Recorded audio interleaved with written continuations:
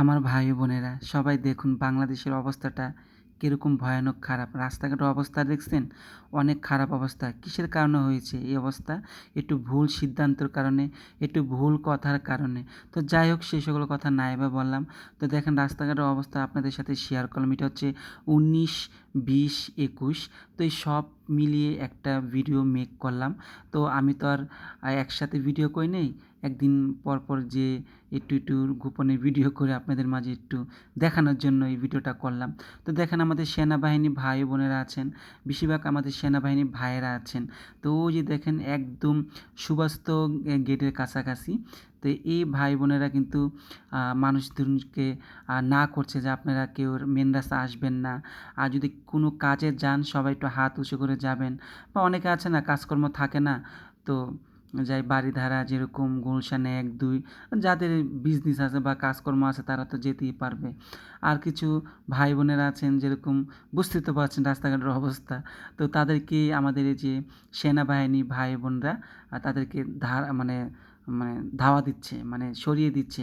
কিন্তু অ্যাকচুয়ালি জানেন আমাদের সেনাবাহিনী ভাইরা কিন্তু খুবই ভালো। কিন্তু তারা কিন্তু কেউ কারো গায়ে হাত তোলে না, কারো গায়ে ফায়ার করে না।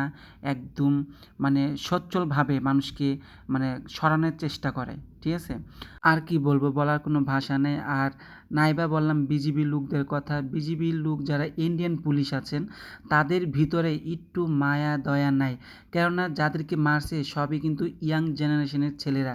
আর আমি যখন অফিস থেকে বাসায় যাই তখন কিন্তু আমার চোখের সামনে মানে আমি এক কদম পাড়া না দিতে তারা ডাইরেক্ট ফায়ার করেছে। কত ভাই যে মারা গেছে হিসাব ছাড়া, কত মায়েদের বুক যে খালি হয়েছে সেটাও হিসাব ছাড়া। আপনি দেখবেন যেন কোনো মায়ের বুক যেন খালি না হয়। একটা ছেলেকে লালন পালন করে বড় করা কতটুকু কষ্টকর একটা মাই জানে। আর যখন সেই ছেলেটা যখন মারা যায় দেশের কারণে, দেশের জন্য, তখন কিন্তু মায়ের বুকটা কিন্তু একদম ফেটে যায়। সেই বেদনাটা কিন্তু মাই জানে। তো যাই হোক, আমার কথায় যদি কোনো ভুল ভ্রান্তি থাকে সবাই আমাকে ক্ষমা করে দিবেন। আমি চাই না যে আমি কোনো অন্যায় কাজ করি বা কোনো অন্যায় পথে চলি। আমি শুধু আপনাদেরকে একটু দেখানোর জন্য। এটা হচ্ছে 19, 20, 21। আমি যখন বিকালবেলা আসি, হ্যাঁ, তখন একটু ভিডিও করি। তো পুরাটা ভিডিও একটা কনটেন্ট বানাই আপনাদেরকে দেখানোর জন্য একটু ছাড়লাম। তো যাই হোক, যদি কোনো ভুলভ্রান্তি হয়ে থাকে আমাকে সবাই ক্ষমা করে দিবেন। আর এই হচ্ছে দেশের পরিস্থিতি। আর আকাশের ভিউটা দেখছেন?